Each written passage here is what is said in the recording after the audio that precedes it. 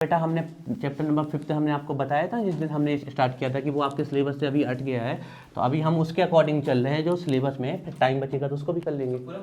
हाँ पूरे की तरीके 3 चैप्टर पूरी तरीके से आपके चैप्टर से हटा दिए गए, redox reactions, state of matter and finally third one environmental chemistry. पर हम ये नहीं कह रहे टाइम बचेगा तो उनको भी कराया जाएगा। हाँ बहुत इंपॉर्टेंट है, इंपॉर्टेंट तो बेटा एक ही चीज़ है, यदि बात कर रहे हो हमारे पास टाइम बचेगा तो हम पक्का कराएंगे उनमें, ठीक है। और या फिर गवर्नमेंट और टाइम दे देगी, जैसे 12th को तो मिलने वाला है एक्स्ट्रा टाइम, आपको देखो कितना मिलता है। CBSE वालों को तो CBSE वालों को तो मिल, वो बेटा CBSE का आया है, ठीक है। चलिए डालिए, तुम लोग ये बेटा 4 मई से CBSE 11th का नहीं पता अभी, इसका नहीं आया, 10th 12th का आया है। देखो कब तक होते हैं, जब भी होंगे। चलिए देखो यहाँ आवाज़ नहीं हो, डाली heading work, very important point है वर्क, ठीक है। लेकिन यहाँ पर आपको कौन सा वर्क पढ़ना है ध्यान रखिएगा, यहाँ पढ़ने वाले हो आप मैकेनिकल वर्क, ठीक है ना, ध्यान रखिएगा, यहाँ पर आप मैकेनिकल वर्क पढ़ने वाले हो, ठीक है। देखिए यहाँ पर वर्क में ये इंपॉर्टेंट टॉपिक है यहाँ पर वर्क, और इसको अब अच्छे से लर्न करना है आपको वर्क, ठीक है ना। वर्क क्या है, हम कह सकते हैं ये भी एक एनर्जी का फॉर्म है, work is also a form of energy, लेकिन एक कौन सा फॉर्म है, मैकेनिकल फॉर्म। जैसे हमने हाथों को रगड़ा और इससे एनर्जी क्या हो गई, जनरेट हो गई, हीट जनरेट हो गई ना, तो हमने ये क्या किया था, वर्क ही तो किया था। तो वर्क किया हो एनर्जी जनरेट, जैसे आप दौड़ रहे हो तो हीट प्रोड्यूस होती है ना। तो जब कभी भी एनर्जी का ट्रांसफ़र कार्य को करने से या मैकेनिकल बेस से होता है तो उसको हम क्या बोल देते हैं, वर्क। फोर्स लगाओ और जितनी आपको दूरी मिल जाए, जितना डिस्प्लेसमेंट मिल जाए, वो हमारा क्या कहलाएगा, वर्क। पहले तो हम आपको वर्क के सीधे 4 फॉर्मूले लिखवा देते हैं, फिर उनको ड्राइव भी करवा देते हैं। ये चारों के चारों फॉर्मूले आपको इस चैप्टर के लिए आना जरूरी है, ठीक है ना। तो वर्क में लिखिए mechanical way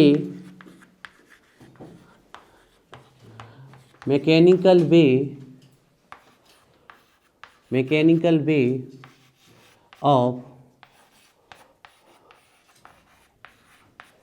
transfer energy, mechanical way of transfer energy is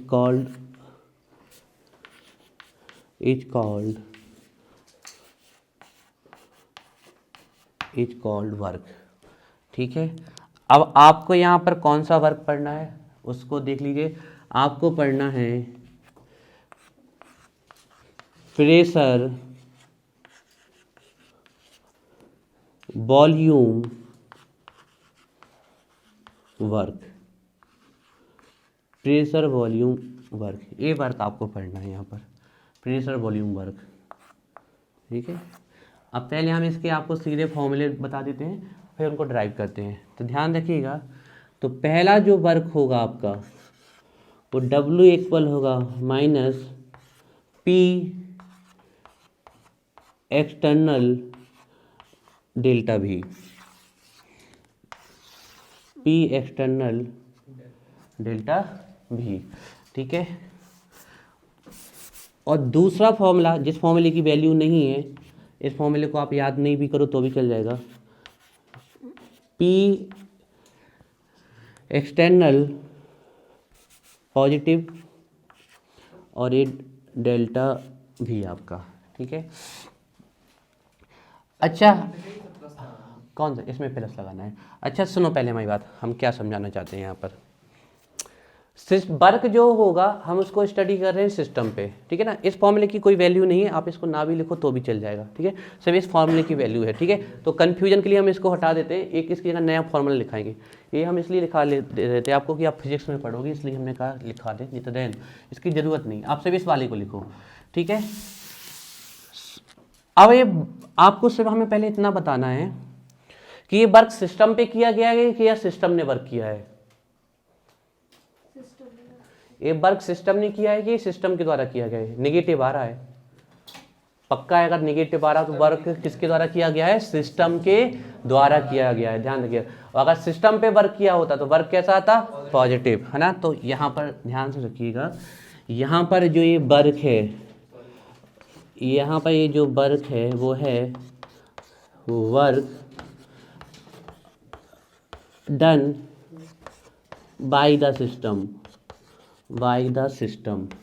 और जनरली आप जो सिस्टम पढ़ने वाले हो यहाँ पर, जिसके लिए वर्क आपको निकालना है, वो है गैसियस सिस्टम। तो work done by the gas और work done by the system, ये बात ध्यान रखिएगा, ठीक है। Work done by the system और work done by the gas. अच्छा हाँ, गैस के लिए ये बेटा, ये प्रेशर वॉल्यूम वर्क किसके लिए निकालोगे? प्रेशर का हमेशा किसके लिए होता है? गैसेस के लिए। एक चीज़ और हम यहीं पर बता दें, ये जो फॉर्मूला वैलिड है, ये जब वर्क सिस्टम के द्वारा किया जाए तब के लिए तो वैलिड है ही। और आप चेक कर रहे हो यहाँ पर चेंज किस में आ रहा है? वॉल्यूम में। तो वॉल्यूम में चेंज आ रहा है, प्रेशर कैसा रखा हुआ है? कांस्टेंट, डेल्टा नहीं लगा इसके आगे, मतलब यहाँ पे चेंज कैसा है? कांस्टेंट है। और भी के आगे क्या लगा हुआ है? डेल्टा, मतलब उसमें क्या आ रहा है? चेंज आ रहा है ना उसमें, है ना।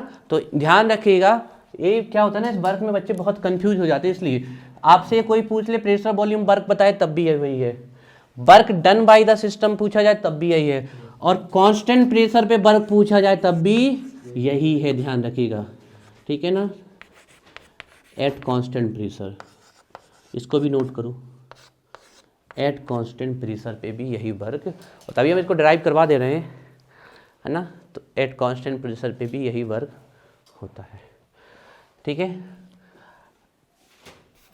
एट कांस्टेंट प्रेशर पे भी यही वर्क होता है। इसको हम लास्ट में कंक्लूड करेंगे। एक और आपको वर्क का फॉर्मूले की जरूरत पड़ेगी, वो होगा W equal minus P external P। अच्छा देखो, हम इसकी जगह डेल्टा V की जगह DV भी लिख सकते थे, इसमें परेशान तो नहीं होंगे। ये आपका यहाँ पर DV भी लिख सकते थे। फर्क क्या है? ये डिफरेंशियल फॉर्म में आ गया, मतलब यहाँ पर चेंज क्या हो रहा है? स्मॉल। और ये डेल्टा फॉर्म में, मतलब यहाँ चेंज क्या हो रहा है? लार्ज। तो डेल्टा किसको इंडिकेट करेगा? लार्ज चेंज को, ध्यान रखिएगा,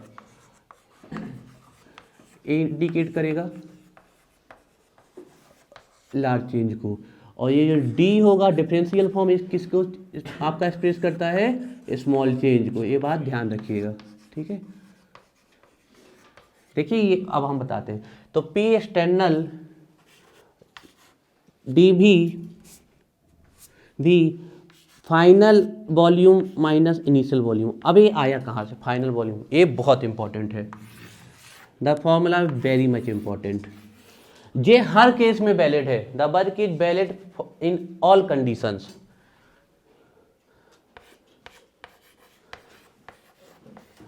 the work is valid in all condition, in all condition. देखो, अगर हम प्रेशर कांस्टेंट कर देंगे तो प्रेशर में तो कोई चेंज आएगा नहीं, तो प्रेशर का डिफरेंशिएशन तो करेंगे नहीं, तो उसको हमने बाहर निकाल लिया। अब इसका डिफरेंशिएशन कर दे तो dx का क्या होता है? x। तो dv का क्या हो जाएगा? v। Final value v2 minus initial value v1। तो v2 माइनस v1 फिर से क्या आ जाएगा? Delta v। फिर से क्या आ जाएगा? Delta v। तो अगर प्रेशर हमने कांस्टेंट कर दिया तो यही आ जाएगा फॉर्मूला। मतलब ये वाला जो वर्क है वो हर कंडीशन में वैलिड होगा, ध्यान रखिएगा। तो the work is valid in all condition, ये फॉर्मूला आपको याद रखना है, ठीक है। ये दो बहुत इंपॉर्टेंट फॉर्मूले हैं। अच्छा, इसको जब आप फाइनली पूरा लेके जाओगे तो इसका एक फॉर्मूला और बनता है, ठीक है ना। वो ये बनता है, हम यहीं पर बता दे रहे हैं आपको, W इक्वल, हम अभी ये सब ड्राइव करवा दे रहे हैं, लेकिन आपको फाइनली ये तीन फॉर्मूले याद रखने हैं। 2.303 nRT log V2 upon V1, ठीक है ना। ये कौन सा वर्क है? देखिए आपके एग्जाम में अगर वर्क आ जाए तो आप ये वर्क सीधे डायरेक्ट लिख सकते हो, ये सब सीधे हम इनको प्रूफ भी करा दे रहे हैं, लेकिन ये हम आपको पूरी झंझट से निकाल के बाहर लेके आ रहे हैं कि आप सीधे इन फॉर्मूले को अभी देखो। ये जो वर्क है ये होता है फॉर आइसोथर्मल रिवर्सिबल प्रोसेस। ये जो वर्क निकल के आता है नहीं आ रहा होगा समझ में, हमें पता है अभी, बिल्कुल परेशान मत हो, हम अभी समझा देते हैं। फॉर आइसोथर्मल रिवर्सल प्रोसेस, आप लोगों को एक चीज़ पता हो या नहीं पता हो, हम बता देते हैं, एक बॉयल्स का लॉ है, ठीक है ना, या चलो उसको नहीं भी बताए तो हम आपको डायरेक्ट बताते हैं। प्रेशर और वॉल्यूम का रिलेशन कैसा होता है बता सकते हो? हमेशा अपोजिट, हाँ, P V equal N R T, ideal हमेशा अपोजिट का होता है। कैसे देखें हम, यहाँ वॉल्यूम बढ़ रहा है तो ऊपर से प्रेशर क्या हो रहा होगा, घट रहा होगा, और अगर हमने प्रेशर बढ़ा दिया तो वॉल्यूम क्या हो जाएगा, घट जाएगा। मान लीजिए इस कंटेनर में गैस पड़ी हुई है, तो अगर हम प्रेशर बढ़ाएंगे तो गैस का वॉल्यूम क्या होता जाएगा, घटता जाएगा, और अगर हम प्रेशर घटाएंगे तो वॉल्यूम क्या होता जाएगा, बढ़ता जाएगा। सीधी बात है, क्योंकि अगर हम प्रेशर बढ़ा रहे हैं तो गैसेज कंप्रेस होना चालू करेंगी तो वॉल्यूम घटेगा, और अगर हम प्रेशर हमारा कम होता जाएगा तो गैसेज एक्सपेंड करना चालू करेंगी, एक्सपेंशन होगा, तो आपका ये क्या होगा, यहाँ वॉल्यूम बढ़ता जाएगा, है ना। जैसे आपने बोला था P V equal N R T, वहाँ से भी ये प्रूव कर सकते हैं हम, P V equal N R T, तो P इक्वल क्या हो जाएगा, 1/V हो सकता है ना ये, और एन आर टी आगे रख देंगे तो प्रेशर वॉल्यूम कैसे हैं, अपोजिट। तो अगर हम देखें यहाँ पर तो P इनवर्सली प्रोपोर्शनल किसके होता है, V के, है ना। तो P1 किसके इनवर्सली प्रोपोर्शनल होगा, V1 के, और P2 किसके इनवर्सली प्रोपोर्शनल होगा, V2 के। क्लियर बात समझ में आ रही सिद्धार्थ? P1 इनवर्सली प्रोपोर्शनल होगा V1 के और P2 V2 के। तो इस वाले वर्क को अगर हम प्रेशर के टर्म में लिख दें तो कैसा आएगा ये formula, work equal minus 2.303 NRT, हाँ कांस्टेंट वैल्यू है, अभी हम प्रूव कर देंगे, माइनस 2.303 NRT लॉग बेस 10 है। कभी भी आपको 2.303 दिख जाए समझ जाओगे लॉग बेस 10 में है ऑलवेज। तो बताइए यहाँ V2 की जगह क्या आ जाएगा, P1, और V1 की जगह क्या आ जाएगा, समझ में आ रहा है ना कैसे। P1 किसके इक्वल होगा, आपके V1 के, और आपका P2 किसके इन्वर्सली प्रोपोर्शनल होगा, V2 इक्वल नहीं मतलब इन्वर्सली। तो P जहाँ पर V2 है वहाँ पर क्या आ जाएगा P1, और जहाँ V1 है वहाँ पर क्या आ जाएगा आपका P2। तो ये इस फॉर्म में भी लिख सकते हो, नोट करिए। अब ये आपके हमने सभी इंपॉर्टेंट फॉर्मूले लिखवा दिए वर्क के, अब इनको हम डिराइव कर देते हैं, नोट करिए। कौन सा, हाँ वो एक कांस्टेंट प्रेशर के लिए, अब जनरली वो 1 ATM ही है हमारा, या 1 बार। इनमें से ए वाला फॉर्मूला और ए फॉर्मूला, ये दो फॉर्मूले बहुत इंपॉर्टेंट है, और हमने आपको तीनों फॉर्मूले एक साथ लिखवा दिए, जितने भी आपके इंपॉर्टेंट फॉर्मूले, ये वर्क के आपके फॉर्मूले इस चैप्टर के लिए। अब इनको हम डिराइव करवा देते हैं आपको।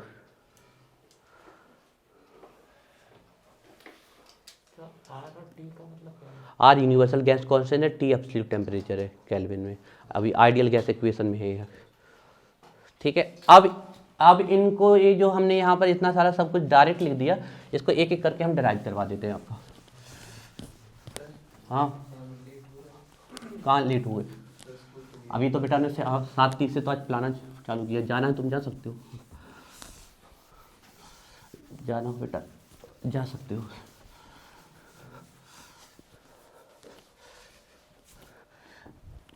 देखो नेक्स्ट देखो, हमारी तरफ से कोई दिक्कत नहीं है, जा सकते हो, लेकिन बेटा हम इन लोगों का भी नुकसान नहीं कर सकते ना, तो हमें पढ़ाना तो पड़ेगा ही, है ना। चलिए यहाँ देखिए, तो अब हम इसको ड्राइव कर रहे हैं ना, तो डेरिवेशन लिख रहे हैं हम,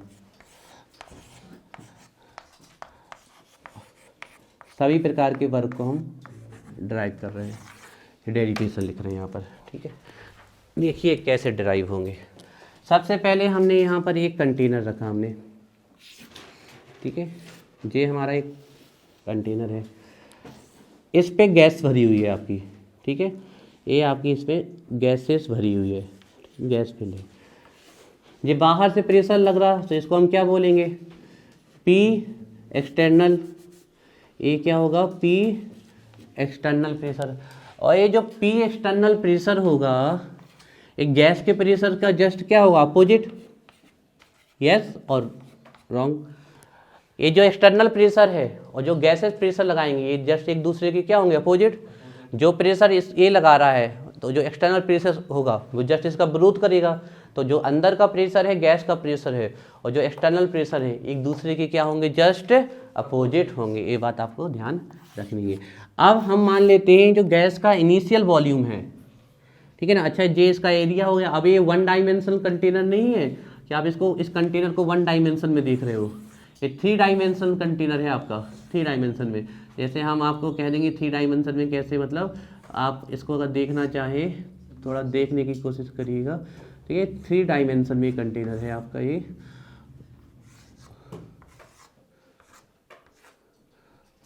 हल्का सा अगर आप समझ पा रहे हो तो ये कैसा, जैसे हमारी कोई बकेट हो, किस फॉर्म में कंटेनर है आपका, थ्री डायमेंशन, मतलब इसकी लेंथ भी है, विड्थ भी है और हाइट भी है। समझ में आ रही है। अब आपको यहाँ से लेंथ तो दिख रही होगी, ठीक है, चलो ये मान लो ये विड्थ दिख रही है आपको, ये हाइट दिख रही है आपकी, लेकिन विड्थ नहीं दिख रही है आपको, ठीक है। या इसको विड्थ मान लो या फिर ये वाली विड्थ मान रहे हैं तो इसको लेंथ मान लो, इसको हाइट। तो ये आपको टू डायमेंशन में दिख रहा है, थ्री डायमेंशन में कंटेनर है।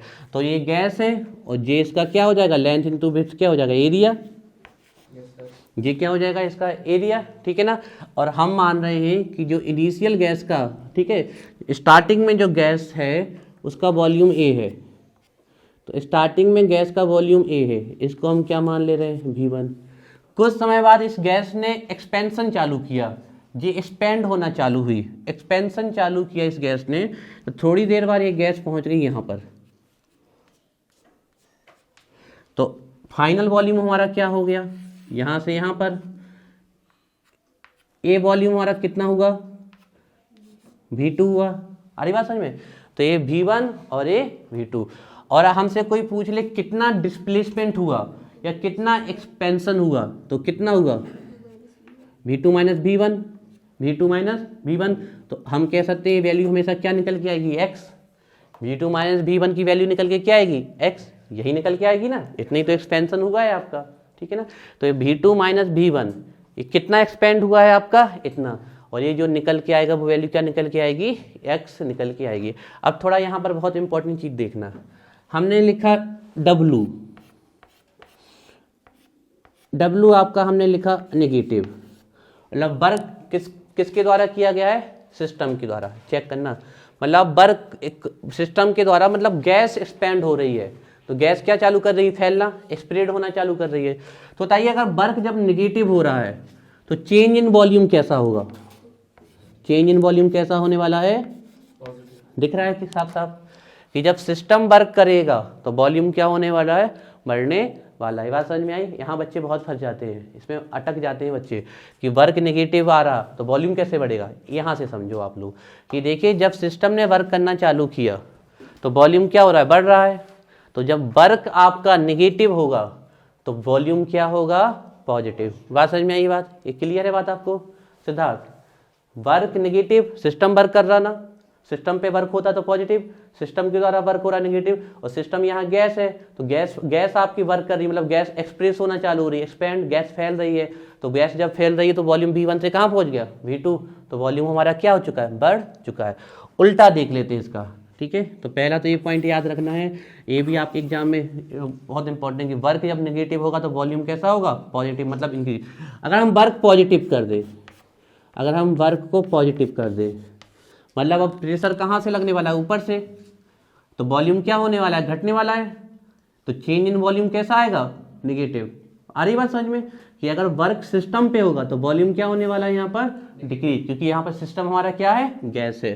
तो यहाँ पर वॉल्यूम में चेंज कैसा आएगा, नेगेटिव। इन बातों को नोट करो पहले, इंपॉर्टेंट। ये चीज़ें बहुत आगे जाके वैलिड करेंगी बहुत ज़्यादा, तो इसको एक एक करके यहाँ पर ध्यान से पढ़ना है एक एक चीज़ों को। हाँ बनाना है बेटा स्पीड से।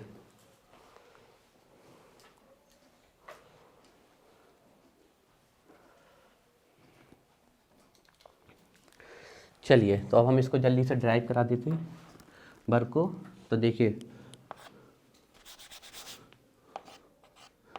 तो हमारा जो वर्क होता है जनरली हम जिसको जानते हैं वो क्या होता है, फोर्स इनटू डिस्प्लेसमेंट। यस, यही होता है हमारा वर्क, है ना। और अगर हम प्रेशर को जानते हैं तो प्रेशर क्या होता है, force per unit area. Yes, तो फोर्स क्या हो जाएगा, pressure product of area, pressure into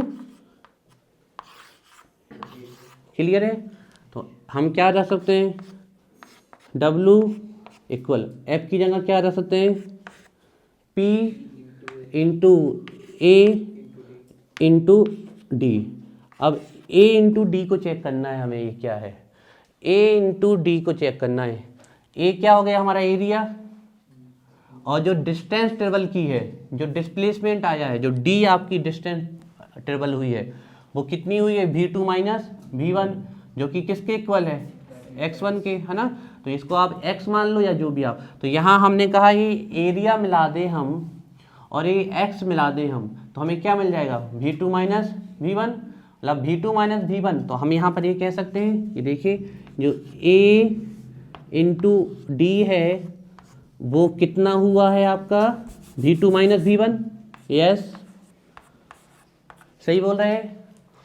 हमें ये पता करना है कि कितने एरिया में कितना डिस्प्लेसमेंट हुआ है, तो हमें किसको माइनस करना पड़ेगा, V2 माइनस V1। नहीं आ रहा है ऐसे, बस समझे, क्लियर हुई बात हम क्या कह रहे हैं, स्वाति, अनीफा, क्लियर, कि हमें ये पता करना है कि कितना वर्क हुआ है आपका यहाँ पर। तो हमें पहले तो इसका एरिया पता चलना चाहिए, तो ये हो गया आपका एरिया, और कितनी दूरी इसने ट्रेवल की है पता चाहिए। तो ये हमें कैसे पता चलेगा, जब हम इनिशियल वॉल्यूम को फाइनल वॉल्यूम से क्या कर देंगे, सब्सट्रैक्ट कर देंगे, तो पता चल जाएगा। और यही हमारा क्या हो जाएगा, डेल्टा भी, यही होगा ना चेंज इन वॉल्यूम। तो ये क्या आ जाएगा, P डेल्टा V, क्लियर है, P डेल्टा V। और जो एक्सटर्नल प्रेशर होगा, अभी अभी हमने लिखवाया था, वो इसके जस्ट क्या होगा, अपोजिट।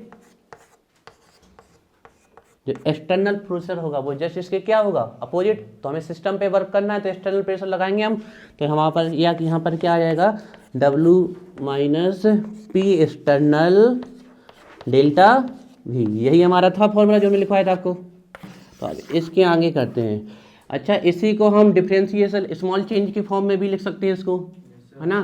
तो ये हमने लिखा W equal minus P external, और ये डेल्टा V को हम क्या लिख सकते हैं, D भी लिख सकते हैं, स्मॉल चेंज लिखते चलो, नोट करते चलो।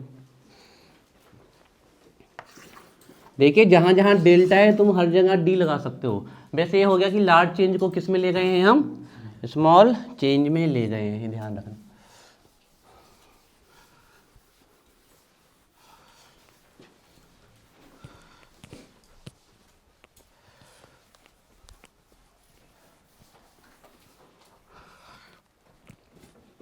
ठीक है, अब एक डिफरेंशिएशन फॉर्म में इसका इंटीग्रेशन कर सकते हैं, हम कर सकते हैं ना। तो अब इसका इंटीग्रेशन कर, देखिए तब इसका इंटीग्रेशन कर देते हैं हम,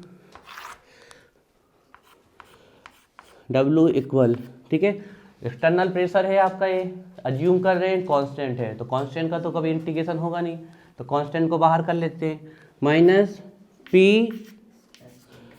एक्सटर्नल, और किसका इंटीग्रेशन करते हैं यहाँ पर, DV का, ठीक है। या अभी रुक जाओ, इसका अभी मत करो, अभी रहने दो इसको, ऐसे अंदर ही रहने दो एक बार और। तो ये हो जाएगा आपका माइनस, और ये हो जाएगा P एक्सटर्नल, और ये आपका DV, नोट करो। देखिए अब फ्रॉम आइडियल गैस इक्वेशन, अब आइडियल गैस इक्वेशन आप लोग जानते हैं, बहुत सिंपल है, बहुत फेमस इक्वेशन है ना। ये तीन इक्वेशन से मिलके बनता है आपका, चार्ल्स लॉ, बॉयल्स लॉ और एवोगैड्रो लॉ से मिलके बनता है। From ideal gas equation, from ideal gas equation जो कि होता है PV इक्वल nRT। तो P इक्वल क्या हो जाएगा, nRT अपॉन V। यस, सही है ना। आइडियल गैस इक्वेशन क्या होता है, PV इक्वल nRT, तो P इक्वल क्या हो जाएगा, nRT अपॉन V। अब ये देखिए हम अज्यूम कर रहे हैं कि एक्सटर्नल प्रेशर है, एक्चुअली में एटॉमिक प्रेशर इस प्रकार का कैसा प्रेशर है, एक्सटर्नल, है ना। तो हम अज्यूम कर रहे हैं एक्सटर्नल प्रेशर है, तो इस P की जगह हमें वाली वैल्यू रख सकते हैं, है ना। तो इस पे आ जाएगा आपका W इक्वल माइनस P, और यहाँ पर क्या आ जाएगा, nRT अपॉन V, और आगे से क्या बचेगा आपका dV बचेगा, ठीक है ना। देखिए हम बता दें आपको, N होते हैं नंबर ऑफ मोल्स, R होता है यूनिवर्सल गैस कांस्टेंट, ठीक है। इसकी वैल्यू कई वैल्यू होती है, ATM में भी होती है 0.0821 ATM, जूल में भी होती है 8.314 joule kelvin inverse mole inverse, calorie में भी होती है 1.98 कैलोरी आपकी मोल इनवर्स केल्विन इनवर्स। तो इसकी कई वैल्यू होती है, लेकिन उससे अभी हमें बरी नहीं होना है, ठीक है, ठीक है। अब इन तीनों चीज़ को हम अज्यूम कर रहे हैं कि ये कांस्टेंट है, तो अगर कांस्टेंट है तो क्या हो जाएंगी बाहर, तो A माइनस और यहाँ से क्या आ गया nRT, यहाँ पर क्या बचा 1/v और A dV, dx का x होता है और 1/x का log x, ठीक है ना। तो ये हो जाएगा dv क्या हो जाएगा v, नहीं 1/v का ओनली log, 1/v का क्या होगा ओनली log, तो इसका हो जाएगा v और इसका हो जाएगा ln log, तो ये क्या हो जाएगा ln v। अब आप लोग कितने log जानते हो हमें नहीं पता, हम आपको थोड़े log बता दें। देखिए एक होता है नेचुरल log, जिसको आप ln लिख सकते हो, या फिर इसी को लिखा जाता है log e, इसी को क्या लिखते हैं हम log e, दोनों में से कोई भी साइन यूज कर सकते हैं, नेचुरल log होता है। जब भी आप नेचुरल log को कॉमन log में चेंज करते हो, जो कि होता है log बेस 10, ठीक है, बेस 10 लगाओ या ना लगाओ उससे कोई मतलब नहीं। जब भी आप नेचुरल log को, ये दोनों एक ही चीज़ है, ठीक है, या आप इस साइन का यूज कर लीजिए, इसका कोई फर्क नहीं पड़ता। लेकिन जब log e की प्लेस पे आप log बेस 10 लाओगे तो एक नंबर से मल्टीप्लाई करना पड़ता है, पता है वो 2.303, ये फॉर्मूले आपको पता होने चाहिए, ठीक है, ठीक है। तो अब हम इसको कर देते हैं, तो ये हो जाएगा W इक्वल माइनस nRT, है ना। अच्छा लिमिट लगा दें, कल हमने देखा था, अगर हम यहीं से लिमिट लगाते चलते हैं, इनिशियल वैल्यूम क्या था V1, फाइनल वैल्यूम क्या था V2, है ना। तो यही लिमिट लगाते चलते हैं हम, V1 V2 V1 V2, ठीक है। तो 1 आपका W इक्वल माइनस nRT और ये हो जाएगा ln V, क्लियर है, ln V, तो हो जाएगा ln V2 minus ln V1, clear है बात। इसका देखिए हम यहीं पर लिख देते हैं आपके लिए, 1/x dx का होता है ln x, ठीक है, ये बात आपको ध्यान रखनी है। तो 1/x dx का होता है ln x, तो 1/v dv का क्या हो जाएगा ln v हो जाएगा। लिमिट क्या लगा रखे हैं हम V2 से V1 से V2, ठीक है, नोट करते चलो। ये देखिए, ये सब हम आपको डेरिवेशन करा रहे हैं, एक्चुअली में फॉर्मूले पहले हो चुके हैं, वो आपको फॉर्मूले याद रखने हैं, ये तो हम आपको डेरिवेशन करा रहे हैं, ठीक है। चलिए, तो W इक्वल हो जाएगा माइनस nRT, और आपको पता होगा जब भी log की वैल्यू, अच्छा इसमें पहले लिख दे फिर बाद में लिखेंगे, nRT और ये हो जाएगा upper limit minus lower limit ना, ये कर लीजिए। अब एक फॉर्मूला होता है, जब भी log की दो वैल्यू log के साथ माइनस में आती है तो वो किस में आ जाती है, अपॉन में आ जाती है ना, आपको पता होगा ln m minus ln n, ये किसके इक्वल होता है ln m अपॉन, जब भी log के साथ दो वैल्यू माइनस में होती है तो वो log के साथ किस में आ जाती है, डिवाइड में आ जाती है। तो ये हो जाएगा हमारा W इक्वल माइनस nRT और ये ln, और यहाँ क्या आ जाएगा आपका V2 अपॉन V1, जे आप इस फॉर्मूले को यहाँ से याद रख सकते हो, या फिर हमने अभी लिखा है ln किसके इक्वल होता है 2.303 log बेस 10 के, तो इसको अगर हम log बेस 10 में चेंज कर दें तो हमें किससे मल्टीप्लाई करना पड़ेगा 2.303, तो माइनस 2.303 nRT, और अब ये log बेस 10 हो जाएगा। अब बेस 10 लिखना है तो लिख दो, नहीं लिखना तो उससे कोई फर्क नहीं पड़ता, पता रहता है कि पीछे 2.3 लगा है तो log बेस 10 ही होगा। तो ये क्या हो जाएगा V2 अपॉन V1, यही फॉर्मूला करवाया था कल हमने, है ना। ये किसके लिए है, कल हमने लिखवाया था, हम फिर से आज लिखवा देंगे, आइसोथर्मल रिवर्सिबल प्रोसेस के लिए था ये, है ना, ये ध्यान रखिएगा, ये बहुत ही इंपॉर्टेंट फॉर्मूला है। चाहे इसको याद कर लो चाहे इसको याद कर लो। तो ये होता है फॉर आइसोथर्मल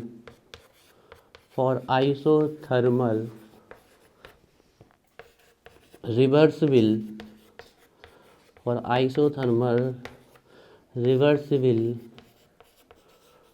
प्रोसेस के लिए फॉर्मूला होता है। ठीक है,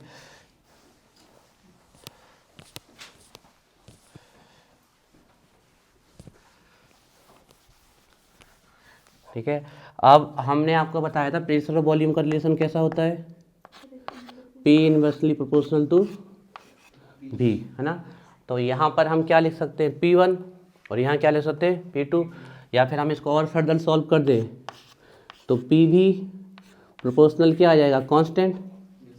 प्रोपोर्शनल का साइन हटा देंगे तो क्या आ जाएगा, कांस्टेंट, और V यहाँ आ जाएगा तो PV इक्वल। अब इसका मतलब क्या है, PV का प्रोडक्ट हमेशा क्या आएगा, कांस्टेंट। प्रेशर बढ़ेगा वॉल्यूम घटेगा, तो दोनों का प्रोडक्ट कांस्टेंट। तो हम ऐसा ले सकते हैं P1 equal P1 V1 into P2 V2 ले सकते हैं। तो देखिए यहाँ से आपका हम अगर देख लें यहाँ पर तो ये हो जाएगा V2 अपॉन V1 इक्वल क्या हो जाएगा आपका P1 अपॉन P2। तो ये हो जाएगा आपका P1 अपॉन P2। नोट कर लीजिए। डायरेक्ट अगर नहीं इस फॉर्मूले से काम चल जाएगा, अगर इतना सारा नहीं लिखना तो मत लिखो, उसकी कोई ज़रूरत नहीं है। कांस्टेंट की वैल्यू फिक्स है। अब यहाँ पर इस कांस्टेंट की वैल्यू फिक्स नहीं है, लेकिन इसका प्रोडक्ट जो आएगा वो हमेशा क्या आएगा, कांस्टेंट। अब इसका कारण ये है कि अगर तुम एक बढ़ाओगे तो दूसरा घटेगा, प्रेशर बढ़ाओगे तो वॉल्यूम घटेगा, तो वो नल एंड अवॉइड वाले केस आएगा हमेशा कांस्टेंट। जैसे हमने कहा ये 10 था और वॉल्यूम 20 था, ठीक है। अब आप प्रेशर बढ़ा रहे हो तो प्रेशर 20 किया तो वॉल्यूम हाफ हो जाएगा, कितना, तो ऊपर वैल्यू कैसी आ गई, कांस्टेंट। फिर से क्या हो गई, कांस्टेंट। मतलब एक बढ़ाओगे तो दूसरा घटेगा, है ना। तो वो हमेशा प्रोडक्ट उसका क्या आएगा, कांस्टेंट आएगा, ठीक है। तो अब आपको इस फॉर्मूले में इसकी ज़रूरत थी, इसको लिखना है तो लिख लो, नहीं लिखना तो नहीं लिखना। तो देखिए यहाँ पे V2 उठा के यहाँ ले गए तो V1, और यहाँ से P1 उठा के ले गए P2। तो इसी फॉर्मूले को अगर हम लिख दें फिर से तो देखो ये फॉर्मूला याद कर लो, इसी की ज़रूरत होती है, बाकी अपने आप याद हो जाता है। तो ये W इक्वल क्या हो जाएगा, -2.303 N RT log बेस 10 लिखना है, लिखो, नहीं लिखना तो मत लिखो, कोई दिक्कत नहीं, log बेस 10। और यहाँ क्या आ जाएगा, P1 अपॉन हो जाएगा ना, P1 अपॉन P2, ठीक है। ये फॉर्मूले आपके इम्पॉर्टेंट है, नोट कर लो। अब देखिए हम फाइनल कंक्लूजन लिख दें आपका, चाहे इस फॉर्मूले को याद कर लो चाहे इसको, ठीक है। हम कंक्लूजन लिख दें, इतना सारा परेशान नहीं कर रहे हैं आपको। जो कंक्लूजन लिख रहे हैं वो बहुत ध्यान रखना अच्छे से, ठीक है।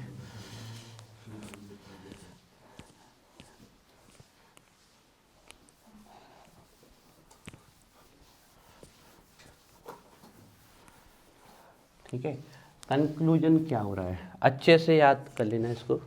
देखिए इस फॉर्मूले को बिल्कुल अच्छे से पढ़ लो, ये बहुत इंपॉर्टेंट है। तो कंक्लूजन लिख रहे हैं हम, ये 2 फॉर्मूले आपको, 3 फॉर्मूले अच्छे से याद होने चाहिए, और उनके साथ कंडीशन क्या लग रही है वो ध्यान रख रही है। कंक्लूजन, ठीक है ना। तो सबसे पहले देखो हम एक फॉर्मूला जानते हैं, W equal -P external delta V, ये फॉर्मूला जानते हैं ना हम, W equal -P external delta V। अब यहाँ पर देखना P ए प्लस नहीं है, एक्सटर्नल लिखा है, P एक्सटर्नल डेल्टा V। अगर हम प्रोसेस आइसोकोरिक कर दें, ध्यान से रखना ये फॉर्मूला कहाँ कहाँ वैलिड है, बहुत इंपॉर्टेंट फॉर्मूला है। हम आपको बता दें, पहले नंबर तो हम यहीं डायरेक्ट बता देते हैं, इस फॉर्मूले को आपको 2 जगह याद रखना है ना, इस बात को नहीं भूलना। बाकी आप पिछला पूरा डेरिवेशन भी अगर आप एक बार ना पढ़ो तो चल जाएगा, लेकिन इस जो फाइनल यहाँ लिख रहे हैं ये नहीं भूलना। ये फॉर्मूला कहाँ कहाँ पर है, एक तो ये फॉर्मूला है for isobaric pressure process, for isobaric process. Isobaric process का मतलब क्या है, क्या है जल्दी बताओ, प्रेशर क्या रहेगा, कांस्टेंट। तो एक तो ये फॉर्मूला इसके लिए है। दूसरा ध्यान रखना, कोई भी इरिवर्सिबल हो प्रोसेस हो, ध्यान रखिएगा, for irreversible process, for irreversible process, ध्यान रखिएगा, ये इरिवर्सिबल प्रोसेस के लिए भी यही फॉर्मूला होगा। ये बात आपको ध्यान रखना है, चाहे वो किसी भी कंडीशन में हो, ठीक है ना। जैसे हम लिख देते हैं एट कांस्टेंट टेम्परेचर, ठीक है। ध्यान रखना, किसी भी कंडीशन में अगर आपको इरिवर्सिबल लिखा मिल जाए, सिर्फ इरिवर्सिबल लिखा मिल जाए आपको, तो कौन सा फॉर्मूला याद रखना है, W equal minus P external delta V। Irreversible शब्द बस लिखा मिल जाए तो यही फॉर्मूला आपको लिखना है। कांस्टेंट टेम्परेचर, इसको हम ऐसे भी लिख सकते थे, कौन सी प्रोसेस, आइसोथर्मल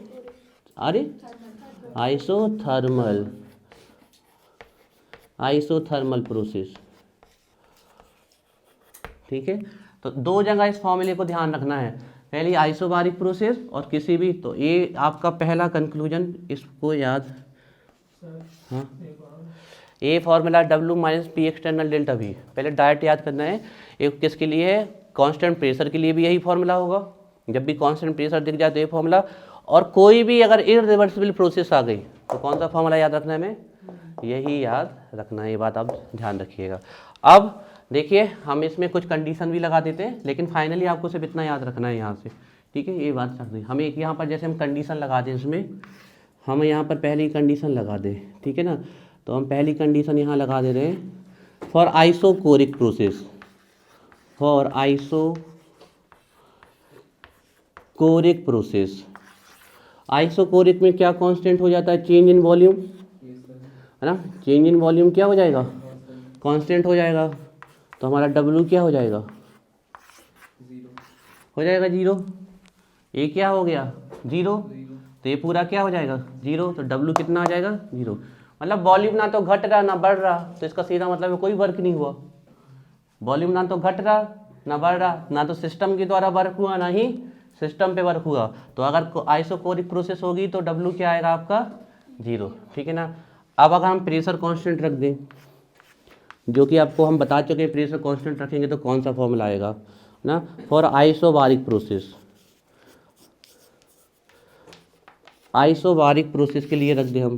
तो यहाँ पर क्या आपको प्रेशर चेंज होते हुए दिख रहा, एक्सटर्नल प्रेशर लगाया लेकिन इसके आगे डेल्टा तो लगाया नहीं, मतलब ये प्रेशर कैसा रखा हुआ है, कांस्टेंट, एक कांस्टेंट। तो आइसोबारिक प्रोसेस के लिए कौन सा फॉर्मूला आ जाएगा आपका, W equal minus P external delta V, यही फॉर्मूला आ जाएगा, ठीक है। ये आपको याद कर लेना है। तो फाइनली वो आपका सब कुछ अपने यहाँ, हाँ लिखना है बेटा ये, ठीक है। इसको जैसे ऐसे लिख देते हैं, ठीक है। तो अब वो सब आप एक बार छोड़ भी दो, ये है पहला कंक्लूजन। कोई भी इरिवर्सिबल प्रोसेस आ जाए, ये वर्क याद रखना है, और कोई भी आपकी कभी भी प्रेशर कांस्टेंट रख दिया जाए तो ये फॉर्मूला याद रखना है। दो कंडीशन में इस फॉर्मूले को याद रखना है, एक इरिवर्सिबल के केस में, दूसरा चाहे वो आपके आइसोथर्मल पे हो चाहे आइसो। अच्छा, इरिवर्सिबल आइसोथर्मल का फॉर्मूला ये है, रिवर्सिबल आइसोथर्मल का फॉर्मूला पता है, आयुष का बताएगी। रिवर्सिबल आइसोथर्मल का फॉर्मूला पता है, अभी तो डिराइव किया है, कल लिखवाया भी था। वो फॉर्मूला किसके लिए था, रिवर्सिबल आइसोथर्मल प्रोसेस। देखो लिखवाया था कल, क्यों आई उसका, घर जाके कॉपी नहीं पलटाई, हाँ। रिवर्सिबल आइसोथर्मल प्रोसेस के लिए, यहाँ नहीं ये, हाँ ये है जे लिखा है ना, फिर वही तो अभी डिराइव किया, और अभी हमने उसके नीचे भी लिख दिया था, अभी लिखा था। कॉन्शियस माइंड से नहीं बैठ रहे हो, क्यों है उसका, कॉन्शियस माइंड से बैठो, मन कहीं बॉडी कहीं, अनकॉन्शियस माइंड, मन और बॉडी यहीं पर रखो,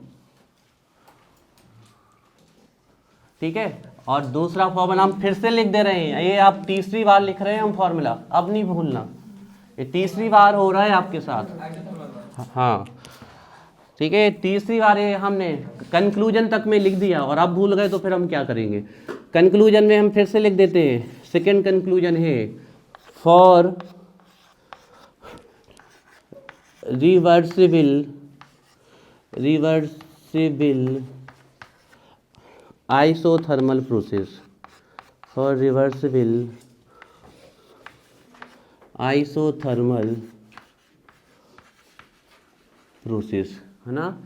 क्या है फॉर्मूला, W इक्वल -303 nRT, है ना। लॉग बेस 10 रखेंगे क्योंकि यहाँ क्या रख दिया 2.303। अगर यहाँ पर ln रखोगे तो 2.303 नहीं आएगा, ये बात ध्यान रखिएगा। लॉग बेस 10 लिखना है तो लिखो, नहीं लिखना है मत लिखो। तो लॉग बेस 10 यहाँ क्या आएगा V2/V1, है ना। ये बात आपको ध्यान रखनी है। ये तीसरी बार, कल से लेके आज तक हमें 3 बार, ये तीसरी बार आपके सामने फॉर्मूला लिखा है हमने, अब इसको मत भूलना। अच्छा, हम जानते हैं कि प्रेशर और वॉल्यूम का रिलेशन कैसा है, जस्ट अपोजिट, है ना। तो इस P2/P1 की जगह पर हम क्या लिख सकते थे, P1/P2 भी लिख सकते थे। चलिए नोट कर लो। अब एक नई टॉपिक में आती है। फाइनली आपको ये वर्क याद होने चाहिए अब केमिस्ट्री में। इतना ही था बेटा, हमने कल ही बता दिया था, इतना ही है। कल जब 3 फॉर्मूले लिखे थे हमने कल ही कह दिया था कि ये 3, हाँ क्या करना है, यहाँ से दिखता नहीं है, अब थोड़ा एडजस्ट करो, कल देखते हैं। एक तो तुम रेगुलर आ, तो तुम एक जगह भी दे दें हम। हाँ आप तो सही हो, तुम्हें भी लिखा था। तुम्हारा बेटा बैठने का तरीका है, तुम थोड़ा झुक के बैठते हो ना, अच्छे स्ट्रेच होके बैठो अच्छे से, नहीं दिखेगा। चलो अर्जुन अभी एडजस्ट कर लो, फिर कल देखते हैं। फॉर रिवर्सिबल आइसोथर्मल प्रोसेस, ये फॉर्मूला हो गया। अब डालिए नेक्स्ट टॉपिक। अच्छा, वर्क हमने बता दिया था, वर्क हाँ लिख सकते हो, क्योंकि प्रेशर और वॉल्यूम का रिलेशन कैसा होता है, उल्टा, है ना। तो V2 की जगह क्या आएगा P1, और V1 की जगह क्या आएगा आपका, है ना, आपका P2। तो V2 की जगह P1 और V1 की जगह P2। ये कल भी लिखवा दिया था, आज भी लिखवा दिया। अब देखो ये हमने किसके फॉर्मूले, हमने इस चैप्टर का एक इंपॉर्टेंट टॉपिक पढ़ लिया, वर्क, ठीक है ना। वर्क ये भी एक फॉर्म का एनर्जी फॉर्म ऑफ एनर्जी है, लेकिन कौन सा फॉर्म ऑफ एनर्जी है, mechanical way of transfer of form of energy. जब भी एनर्जी का ट्रांसफर मैकेनिकल तरीके से होगा तो हम बोल देंगे वहाँ पर वर्क हुआ है। अब वो वर्क कितने प्रकार से हो, वर्क की तो बहुत सारे हैं। इलेक्ट्रिकल वर्क होता है, मैकेनिकल वर्क होता है, काइनेटिक वर्क होता है, पोटेंशियल वर्क होता है, स्प्रिंग पे वर्क होता है, दुनिया भर के वर्क हैं। लेकिन हमें यहाँ पर थर्मोडायनेमिक्स में जितने वर्क चाहिए थे वो हमें मिल चुके हैं। एक तो हमें रिवर्सिबल आइसोबारिक प्रोसेस के लिए मिल गया, और थोड़ा आपका रिवर्सिबल प्रोसेस के लिए एक तो आपको आइसोबारिक प्रोसेस के लिए फॉर्मूला मिल गया, और इरिवर्सिबल प्रोसेस के लिए वो क्या था, W इक्वल -P एक्सटर्नल आपका डेल्टा V। और दूसरा हमें आपका जो मिल चुका रिवर्सिबल आइसोथर्मल प्रोसेस के लिए हमें फॉर्मूला मिल गया, जो कि -2.303 nRT log बेस 10 V2/V1 और P1/P2। ये फॉर्मूले हमें याद रखने हैं। नेक्स्ट टॉपिक डालिए हीट कैपेसिटी, ठीक है।